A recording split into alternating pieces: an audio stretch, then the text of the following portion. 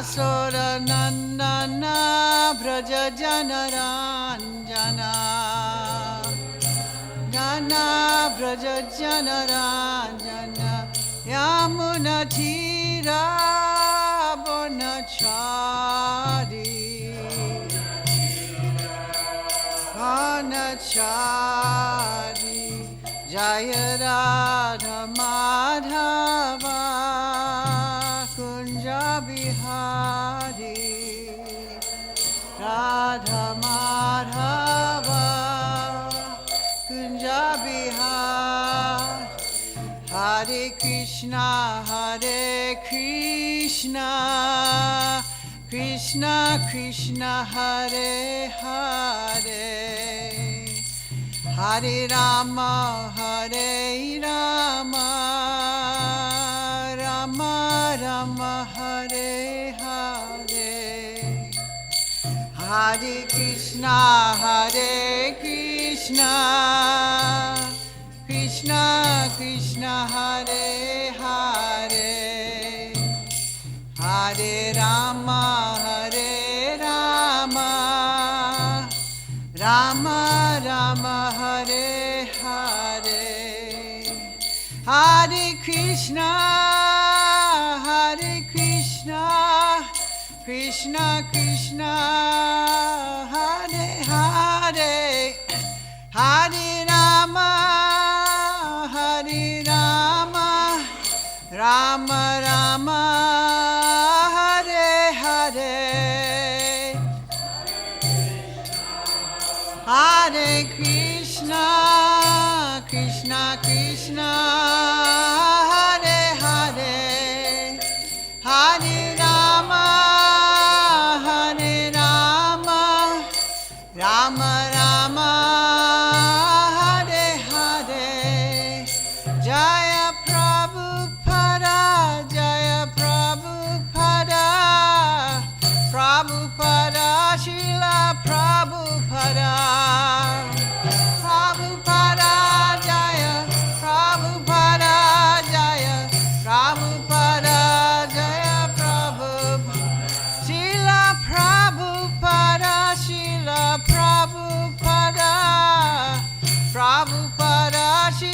Prabhupada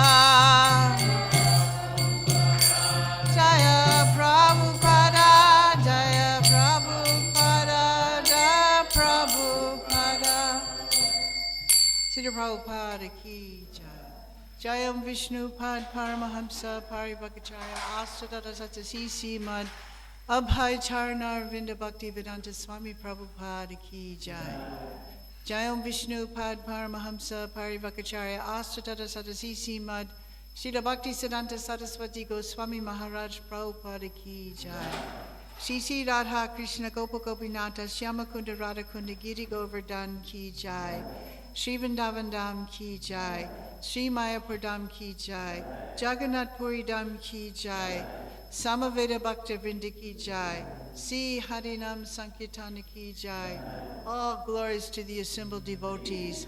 All glories to the assembled devotees.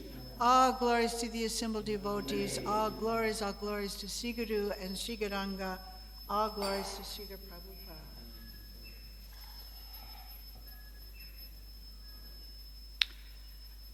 Om Namo Bhagavate Vasudevaya.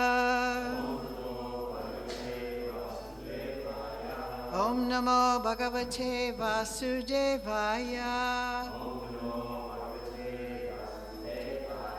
Om Namo Bhagavate Vasudevaya. Readings from Srimad Bhagavatam, Canto 3, Chapter 20, Texts 30 and 31. We got that right. Okay. Anyonya Shleshayotunga. Anyonya Shleshayotunga. Nirantara Payodaram. Nirantara Payodaram.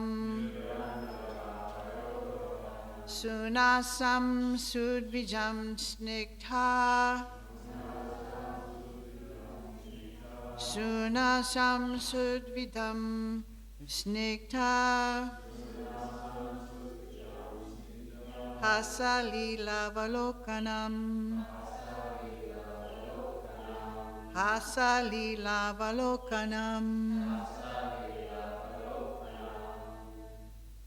We won't chant the second one. Yeah. Anybody?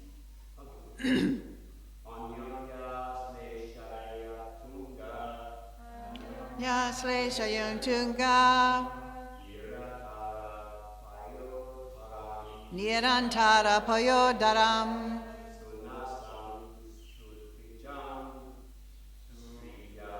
Sunasam Sudvijam Snigdha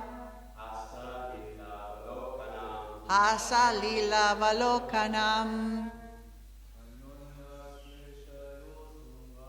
Anyonya Sleshayotunga Nirantara Payodaram Sunasam Sudvitam Snigdha Hasalila Valokanam Anyonya Shleshayotunga Nirantara Payodaram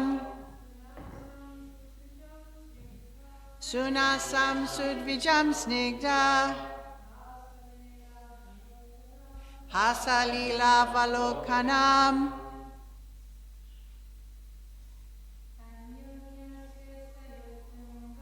Anyonya Sleshayoktunga Nirantara Payodaram Sunasam Sudvijam Snigdha Hasavila Lagokanam. Anybody else? Anyonya to each other. Shleshaya, because of clinging.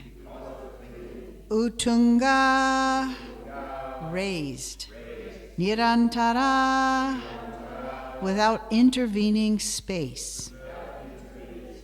Payadharam, breasts. Sunasam, shapely nose. Sudvijam, beautiful teeth.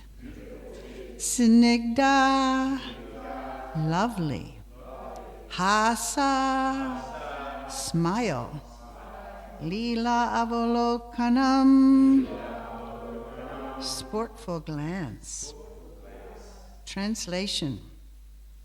Her breasts projected upward because of their clinging to each other, and they were too contiguous to admit any intervening space. She had a shapely nose and beautiful teeth. A lovely smile played on her lips, and she cast a sportful glance at the asuras. Text 31. Guyantim vridayatmanam nila laka varutinam upalabhya sura dharma sarve samu mukhu striyam. Translation and purport by A.C. Bhaktivedanta Swami Prabhupada. Adorned with dark tresses, she hid herself, as it were, out of shyness. Upon seeing that girl, the asuras were all infatuated with an appetite for sex. Purport. The difference between demons and demigods is that a beautiful woman very easily attracts the minds of demons, but she cannot attract the mind of a godly person. A godly person is full of knowledge, and a demoniac person is full of ignorance. Just as a child is attracted by a beautiful doll, similarly, a demon who is less intelligent and full of ignorance is attracted by material beauty and an appetite for sex. The godly person knows that this nicely dressed and ornamented attraction of high breasts, high hips, beautiful nose, and fair complexion is Maya.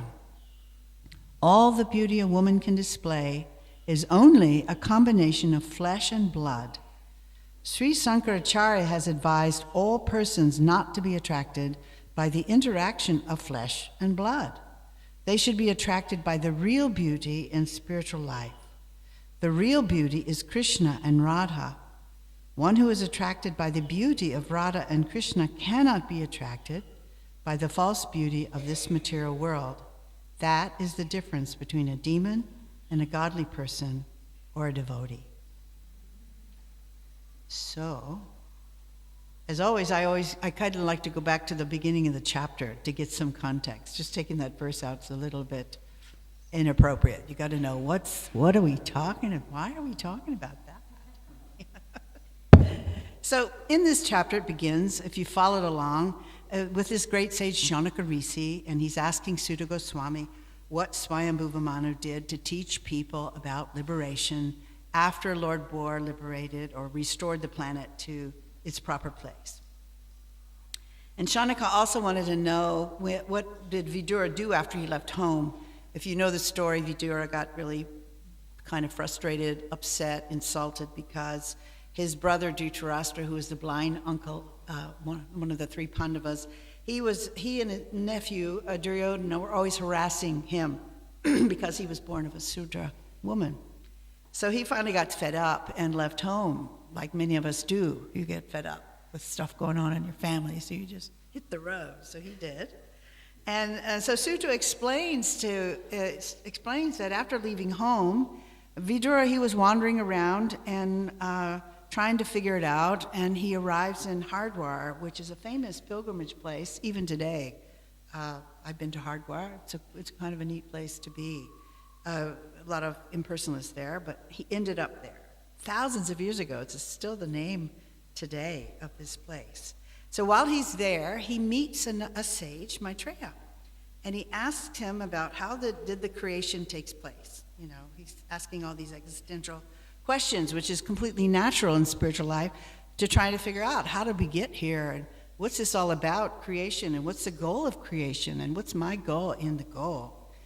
So Maitreya starts to explain to him that at the time of creation, the three modes of material nature become agitated due to the association of living beings, which is us, souls, living entities, as many ways Prabhupada describes it, and the force of time which resulted in the production of all material elements. So you've got the living beings, the modes of material nature, and you've got time. And somehow or other, by association, all mixed together, living beings, they start to manifest. And the soul starts to identify itself with the many ways that the gross material world manifests itself in the forms of various persons, various places, and various things. So everything we see in creation started here with the association of souls, and because we understand plants have souls, animals have souls. We're living surrounded by all these souls that look like trees and flowers and gardens and people and cows and those kinds of things. So, but they started by association with the modes of material nature. And due to these three modes of nature, there developed three types of egos, false egos, in the form of goodness. You have the false ego that identifies with being conditioned by happiness, the mode of passion, the ego that is just busy, busy, busy for fruit of results, and ignorance, which is pretty much loving to sleep a lot and insulting people. Kind of a really ignorant platform. And these three modes, the mode of passion, Rajas, is considered to be the most prominent. And that's completely true today. Everybody is just working, busy working. You people or animals, you look at the cows and they're working hard, eating that grass all day. And I was just down there, I like to go in my golf cart to see the cows, and one cow down in the field where she's ready to pop any minute, she has a baby coming. And you're thinking, oh, it's so idyllic to be a cow. That would be a lovely thing to be. You're sitting around by grass and stuff. But I noticed that she has got flies everywhere. She's got these little flies. And if you're sitting long enough outside, they bite like anything. So she's all the time licking, chewing. Her tail is going, licking the cow. She's got her back foot, I saw, is scratching her forehead. She's leaning like a yoga posture, trying to get, but it's a constant thing, surviving these bugs who bite. She's got little bites on her eyes, and so if you're in the life of a cow or any other animal, there's a hard struggle for survival, just chewing all day, and then you've got another stomach, you have to burp it up and chew it again. So anyway, that's going on in the mode of passion. Everything is struggling hard for existence. And out of these three modes comes these 5 principles: earth, water, fire, air, and ether.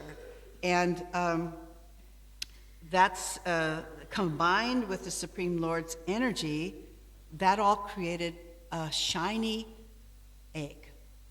And the whole cosmos was created in a very similar way to how human beings have babies. You know, there's a living energy that enters the material energy, the spiritual energy combines, and then an egg is produced. And so for over about 1,000 years, this shiny egg lay lifeless or in a dormant state on the waters of the causal ocean.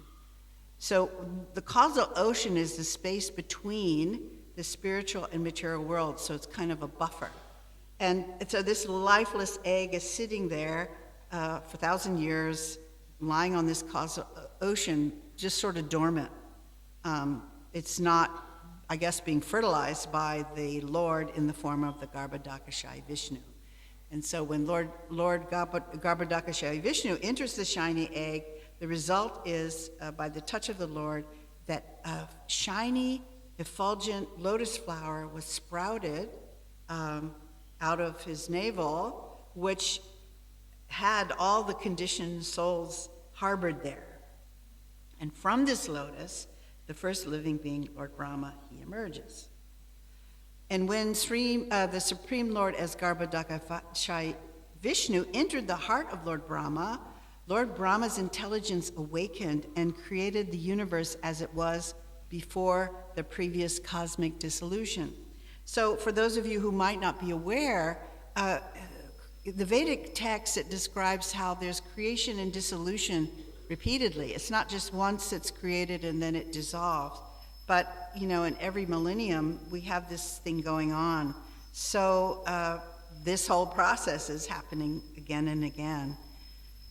So in this chapter, it's explaining how Lord Brahma, he first created from his shadow these 5 types of ignorance. It's really hard in this imagery for me to imagine all of this. At some point, you have to just accept it. How does the shadow, and everything seems to be so personalized. But anyway, that's out of this shadow, Lord Brahma, he creates these 5 times of ignorance that cover our conditioned, our consciousness, as conditioned souls. And these coverings are known as Tamisra, Anda, Tamisra, Tamas, Moha, and Mahamoha. The first covering, Tamisra, is anger. And when a person forgets their spiritual nature as a servant of Krishna, they try to imitate, compete with, or become one with the Lord. And of course, that's not possible. We are not omniscient, omnipresent, all-knowing. And so we're getting angry if somebody moves our cheese. It's kind of, the anger is the fallout of thinking that I'm God, that I'm the supreme enjoyer, and you're bumping up with other people who think that too. Well, there's going to be some anger happening. The second of the 5 coverings is Anda Tamisra, which is the ignorance that inspires a person to believe that death is the ultimate end of their life, that everything related to their body is their own. So due to this type of ignorance, a person strives to find a secure sex partner, have a safe home, and then they become attached to their homeland and their children, which are the byproducts of their sex, money, and possessions. And as these attachments becomes more or increases, the bodily concept of life also increases proportionately. To that degree one is attached to these things, to that degree one's ignorant or bodily concept of life increases. So, and this develops into the third, fourth, and fifth coverings called Tamas, Moha, and Mahamoha, which is the expansion of one's bodily identification, leading people to identify on a larger scale to various sectarian societies, their families, then nationalities, which all end in fighting. So if you're thinking you're having conflict with one person, but then you're in a tribe or an organization or sectarian mentality, now you've got everybody who thinks like you fighting with everybody who doesn't think like you, and the false ego expands. Of course, in a society like Krishna consciousness, where we all agree, at least we hope that we agree, at least we're trying to agree, that Krishna is the center of all of that. And if that's true, then it means that Krishna is the best friend of everyone, no matter whether they're wearing a sari or dhoti, or whether they're calling themselves Hare Krishnas, or whether they chant the word Jesus or Muhammad or Allah or Hare Krishna. We understand that we are all part of the same creator and source of life, and therefore everyone is deserving of inclusivity and human dignity and respect, regardless of what their material position is. So when Brahma saw all these coverings of ignorance that manifested from his shadow, he became disgusted, and he threw off this body of ignorance. I've given class several times where Brahma's throwing off some other body. He's getting disgusted. He has some body, he throws it off. And somehow, because he's the demigod of passion, it always has some sex life thing going on in there, because that's Brahma, right? He's creating things. That's what he does. He creates other living beings. But when he did that, these Rakshasas and Yakshas, which are kind of demoniac beings, they saw the shadow body of Brahma. They jumped on it and possessed it in the form of nighttime. Not sure how that happens, but trying to grab twilight. I don't know. It's a hard concept. So because nighttime is considered to be the source of hunger and thirst, these yakshas and rakshasas became overpowered with hunger and thirst, so much so that they started chasing Lord Brahma with the desire to eat him. And being very anxious, Brahma started to beg them, don't eat me, but rather protect me, because after all, you're my sons, you're supposed to protect me. And Brahma then, very quickly, he created some chief demigods who are shining embodiments of goodness. And these demigods, who were the manifestation of daylight, immediately possessed this body of Brahma in a playful mood. Then Lord Brahma, he's creating all the time. He gave birth to some demons. I'm not sure if they're different than the Yakshas and the Rakshasa types, but he created them from his buttocks, who were very fond of sex. And because they were too lustful, they approached Brahma for sex. And when Brahma saw them approaching him, first he laughed and thought, this is so stupid. You guys are just completely stupid, this whole idea. But when he saw that the demons just kept closing in on him, he became insulted and he ran away in fear. And he approached the Supreme Lord for shelter, saying, my Lord, please protect me from these sinful demons. They were created by me. I created this. I created this out of my consciousness somehow or other, and look what's happening. They got infuriated by an appetite for sex, and they have come to attack me. And you are the only one capable of ending the affliction and the distress and the agony on those who never surrender to your lotus feet. So the Lord could understand Brahma's anxiety. And he says to him, throw off this impure body of yours. So Brahma threw off his body again, another body, and it took the form of twilight.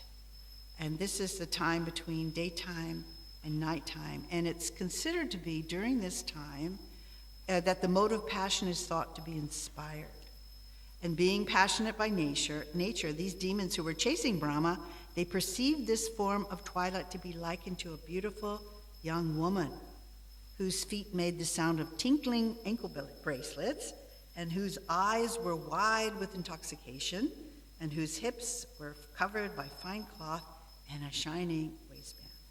So this is where we come to this verse. All of that is where this verse is coming out of.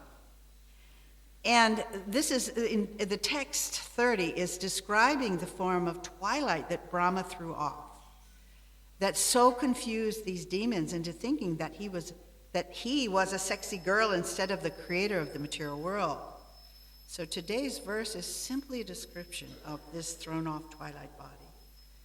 Again, her breasts projected upward because they clung together to each other, and they were too contiguous or close together to each other to admit any intervening space.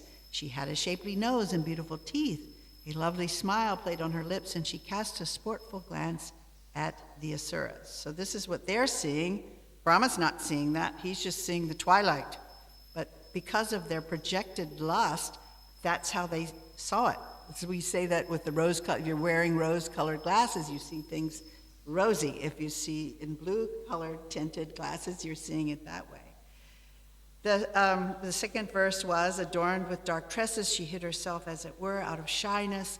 Upon seeing that girl, the Asuras were all infatuated with an appetite for sex. And Prabhupada says, in his purport, the difference between demons and demigods is that a beautiful woman very easily attracts the minds of demons, but she cannot attract the mind of a godly person. A godly person is full of knowledge, and a demoniac person is full of ignorance. Just as a child is attracted by a beautiful doll, similarly, a demon who is less intelligent and full of ignorance is attracted by material beauty and an appetite for sex. The godly person knows that this nicely dressed and ornamented attraction of high breasts, high lips, beautiful nose, and fair complexion is Maya. All the beauty a woman can display is only a combination of flesh and blood.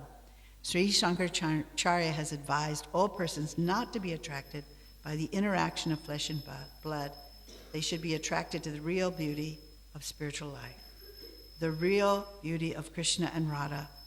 And one who is attracted by the beauty of Radha and Krishna cannot be attracted by the false beauty of this material world. So Prabhupada is raising, I said these verses twice because it's easy to forget them when you're going on this little tangent.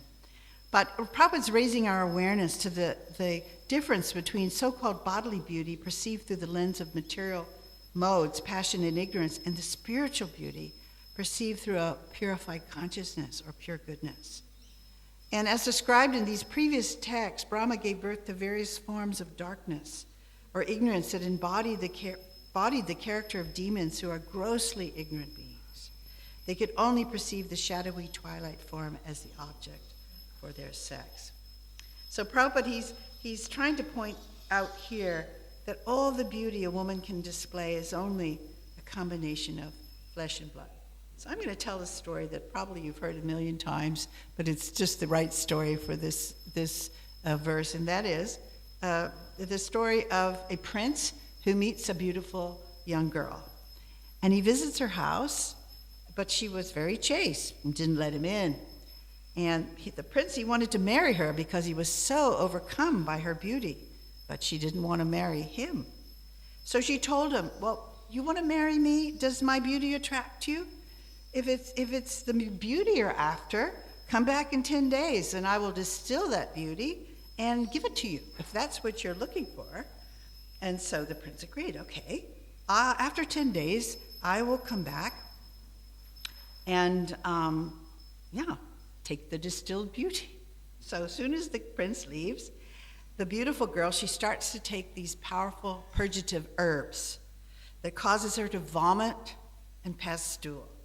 And she's keeping all the vomit and the stool in a big pot somewhere in her house or in the back of her house. And so she's doing vomiting and pooping for 10 days, and her whole bodily beauty is completely destroyed, so much so that her skin becomes gray, she becomes skinny and weak, and she's completely unrecognizable when the prince comes back. So the prince comes back looking for this beautiful girl, and so he knocks and she opens the door, and the prince says, well, I'm looking for this very beautiful young girl who's living in this house. And she goes, well, that's me. He goes, no, that couldn't be you. That's not the girl I saw almost 2 weeks ago. And she goes, yeah, I put my beauty somewhere else. Come, let me show you this beauty. So he takes her around back. I guess it must have been some outhouse of some. I don't know how that works, But anyway, she opens the pot and he's like, this is. She goes, yeah, that's my beauty. You can take it home. Yeah, you can take it home with you. And he's so disgusted. The prince, obviously, it's not just the visuals. You can imagine the smells. And he's like, wow. I realized he had like a wake-up call, a kind of a transformative moment where he realizes that he was just enamored by this illusion of a young woman's beauty. And then underneath that apparent beauty is a completely different person. It's not what he thought. So, just as Srila Prabhupada explained in this purport, our bodies are simply a bag of pus, stool, urine, blood, mucus, and so many horrible things. And what we're attracted to is just a thin covering of skin. And when a person's skin or outer covering is no longer beautiful, we're not any longer really attracted to that person. We can see that, as we age. We can see that when somebody dies. You might be in love with somebody, then they die, and immediately it starts decomposing. Nobody wants to, embrace a dead person, a dead body. Nobody. I mean, it's creepy, the whole thought. So what has changed? The body's still there, all the elements are there, but the soul has left, and the soul is what is the beauty inside. So sometimes we've had that experience, certainly when we're young. We have had, maybe all of you have had that experience where you see the beauty of a young person's body and you might be enamored by it. And because the natural propensity of our bodies is to reproduce. It's a natural cycle of life. Young bodies are meant for procreation. It's a very short period of time. And every species in the animal kingdom and probably the plant kingdom, they are going through this cycle of birth, growth, reproduction, remaining for a while, dwindling, disease, and death. Everybody goes through that. So we're not much different from humans, except for that we have this one propensity to inquire about the goal of life. So, sometimes we get connected to people out of the illusion that we're attracted to some temporary quality, but very quickly the newness wears off. We become disillusioned, the honeymoon's over, and this is often when a person gets divorced and looks for a new partner, maybe somebody more young, more beautiful, and in due course of time, by nature's arrangement, because the beauty is based on bodily perception alone, it doesn't satisfy us. So this is kind of what's happening all the time in the cycle of life. So the whole point of this verse is to demonstrate the difference between a person's mind, who's covered by the modes of passion and ignorance, and a person's mind whose consciousness is purified by love of God.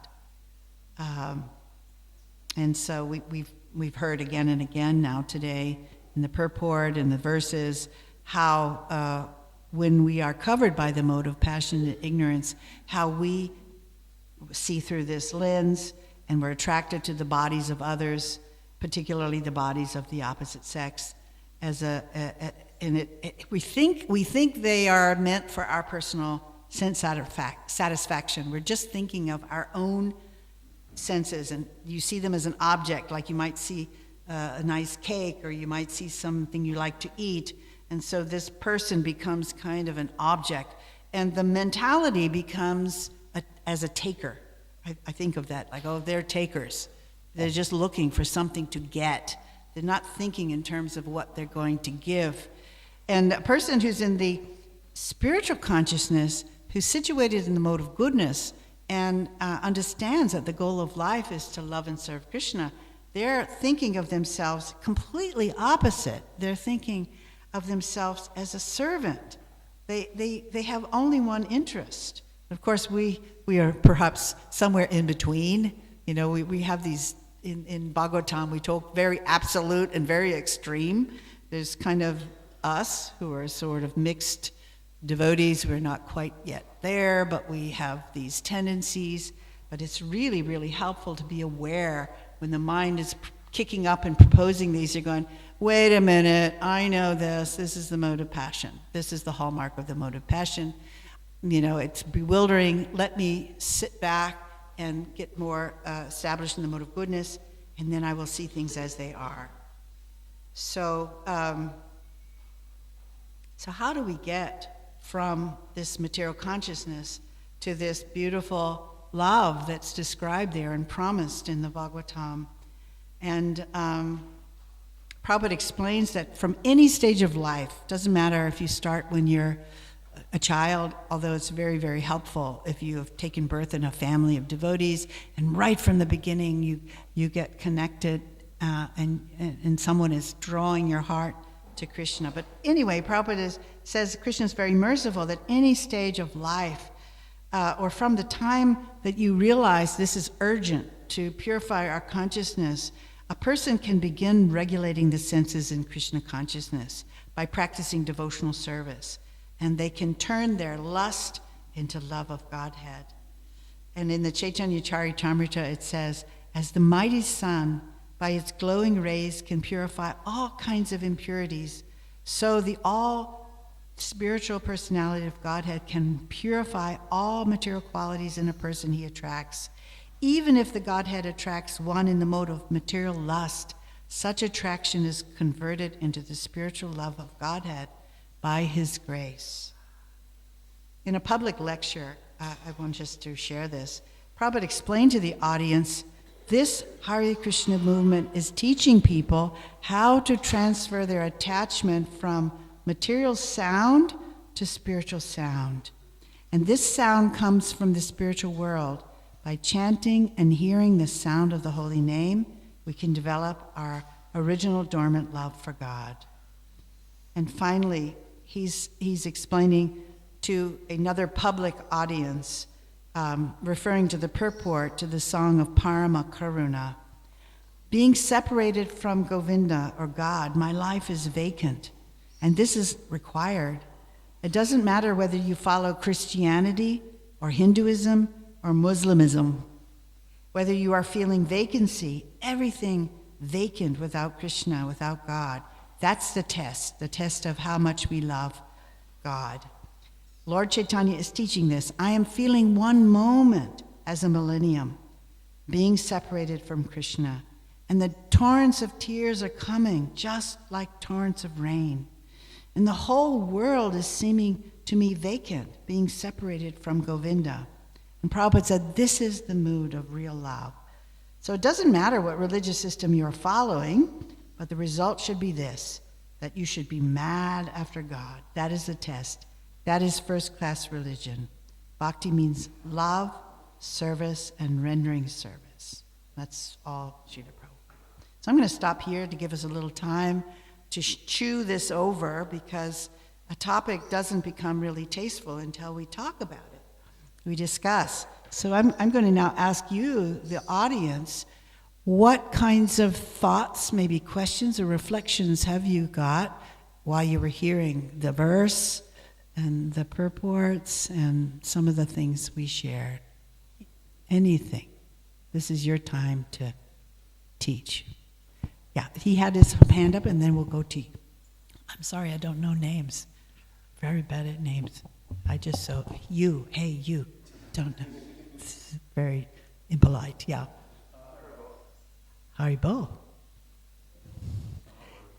It's important, it's important, even though we can hear each other without this, when people are at home and people do view in, if you don't speak into the mic, they sure, can't there we hear go. you. Yeah. Haribo. It seems the Bhagavatam's not prudish at all, and it's quite descriptive in many places. What do you think that is? Why do I think that is? I mean, because we're like a conservative society, and but the Bhagavatam's not prudish and quite, descriptive everywhere. So it's funny, one of Prabhupada's disciples asked Prabhupada something similar, because they have this notion that in Indian society people don't think like in the West, because we come from different background where everything's out in the open, it's on television, everything's very graphic. And Prabhupada said, that's not true. They're all thinking it. They just don't act it out and they don't talk about it. So it's all kind of behind closed doors. But I think it's important that things are spelled out very clearly, because if you leave things left to the imagination, you may come to the wrong conclusion. And really, it's left up to the speaker and the person giving the commentary to make sense of this stuff. All these verses, that's why Prabhupada has a commentary. And there's not time really to talk about Krishna in a way, and that would be another lecture, talking about how Krishna is a sex life that is non-different than religious principles and what that means. And even in Prabhupada's purport to that Bhagavad Gita verse, he doesn't go into that elaborately. So for a devotee, that would be a completely different experience. But why it's like that, I don't know. In my sense, having lived in India for 10 years and practicing bhakti for 50, I realized that in that cultural paradigm, their way of learning is memorize, repeat. We're coming from a more Greek and Roman background in terms of Western society, where it's all about critical thinking, Socratic questioning. That's how we were educated. And if you really study Srila Prabhupada, you'll see that we should not accept things blindly. We should, with argument and reason. So he went to a Western college, Scottish Church's college. He was trained that way too. And he thought it would be a real addition to the way India's culture is just sort of blindly following what my granny did and the granny did and the granny did, not really knowing why do we do that when we come in front of the deity and we tweak our ears and blow our nose and twirl around 3 times. And if you ask someone, a pilgrim in Vrindavan, what was that? Well, I don't know. My granny always taught me that when I come to the temple, you do that. Why? What? I don't know. So I think it's just part of the culture that's been handed down, is you don't ask questions, you just blind follow, and you're hoping that you're going to get realization. But I don't have that experience. You do have to ask questions until it makes sense to you. Does that help? Yeah. Anybody else? Yes, Julan. Oh, no, sorry. No, he's next. Go. I promised. Yeah.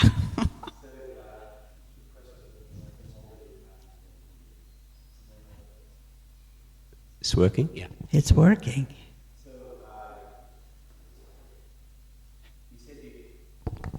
You got to talk right in the... There you go. Got it right there. You said before about how it works in extremes. He's doing good. You have to go like in the big... Right at the top. Yeah, sorry. How the Bhagavatam has the extremes, and it talks about the asuras and the demigods, and for me, I feel like I'm not at either of the extremes. I'm sort of struggling somewhere in the middle, and sometimes I feel like I'm making good progress, and other times I feel like I've made very little progress. Right. Just thought maybe we could discuss that a little bit. Yeah, and I've given lots of classes, and as I study, it's an opportunity for me to learn, and we do have to consider the context and certain when were these spoken. Not to say that the truths that are inherent in these texts are no longer relevant. They are. It's just that the text, the truth, is embedded in a Dwapara Yuga. We're in Kali Yuga now. And there was a time where devotees and demons were on separate planets. And then it evolved into now the devotees and demons are on the same planet. And today, where we are now, the devotee and demon is in our heart. Everybody, we are all both demons and devotees. Just like we are marginal energy, we are spiritual beings inhabiting a animal body, right? So I would say, especially for people who are aspiring or on the path, we can honestly say, yeah, it's not like 0 to 100. We don't advance like that. It's a very gradual process. It takes many lifetimes. I prefer to say that I'm a mixed devotee. Yeah, I'm simultaneously attracted to Krishna and I'm envious of him as well. I want to control. And as you study, or as I have studied Prabhupada's books, he also acknowledges we are also controllers. Everybody is a controller, and that's a normal, natural. We control our room, we clean our room, and we control what we eat and our activities, but we're not the supreme controller. And so making that distinction of we're here to cooperate and be co-creative. And I think we're kind of got a little bit of both, devotee and demon, but there are people who have not yet understood that they are part of God, and so they really, really get angry when they are confronted with something that pulls that coping or that perception off. As a behavioral scientist myself, and the work I do, I don't think in terms of demon devotee that so much, because I do acknowledge most people who are coming to this path of bhakti are terribly wounded. We all are looking for an alternative to the dysfunctional families we grew up in, a lot of abuse in childhood in all kinds of ways. And so we come from a society that's very dissociated. In fact, even the way we communicate in society today is a reflection of a society that has gone through generational trauma, collective trauma. And so if you look at the United States, where I come from, people don't even know how to say a feeling. When they say, I feel, they always use like. If you've ever studied the way people communicate, it's reflected of a society which is a collective body. And so that's a dissociated thing. Instead of saying, I feel sad, or I feel angry, we say, I feel like a cup of coffee. I feel like a cup of coffee. I feel like I'm in the mood. But we don't have the vocabulary any longer to name and understand what feelings are. And that's a dissociated trauma response. We've forgotten how to communicate. Whereas if you're studying Sanskrit, for example, every word has at least 10 different definitions for various subtle moods, and that's not even, we're not even aware of those things, in terms of, we think this is a healthy, normal way of communicating. So I just think in terms of not demons and devotees, it's just how wounded you are, and we all have lots of broken hearts that need to be healed. And this is the process, by loving Krishna and understanding Krishna is in us, and therefore we are lovable and unconditionally loved by Krishna. We don't have to earn it. Krishna loves us in spite of ourselves. That's my take on it today.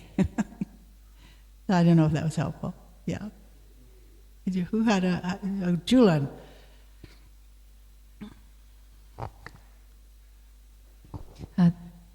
Thank you for a wonderful class.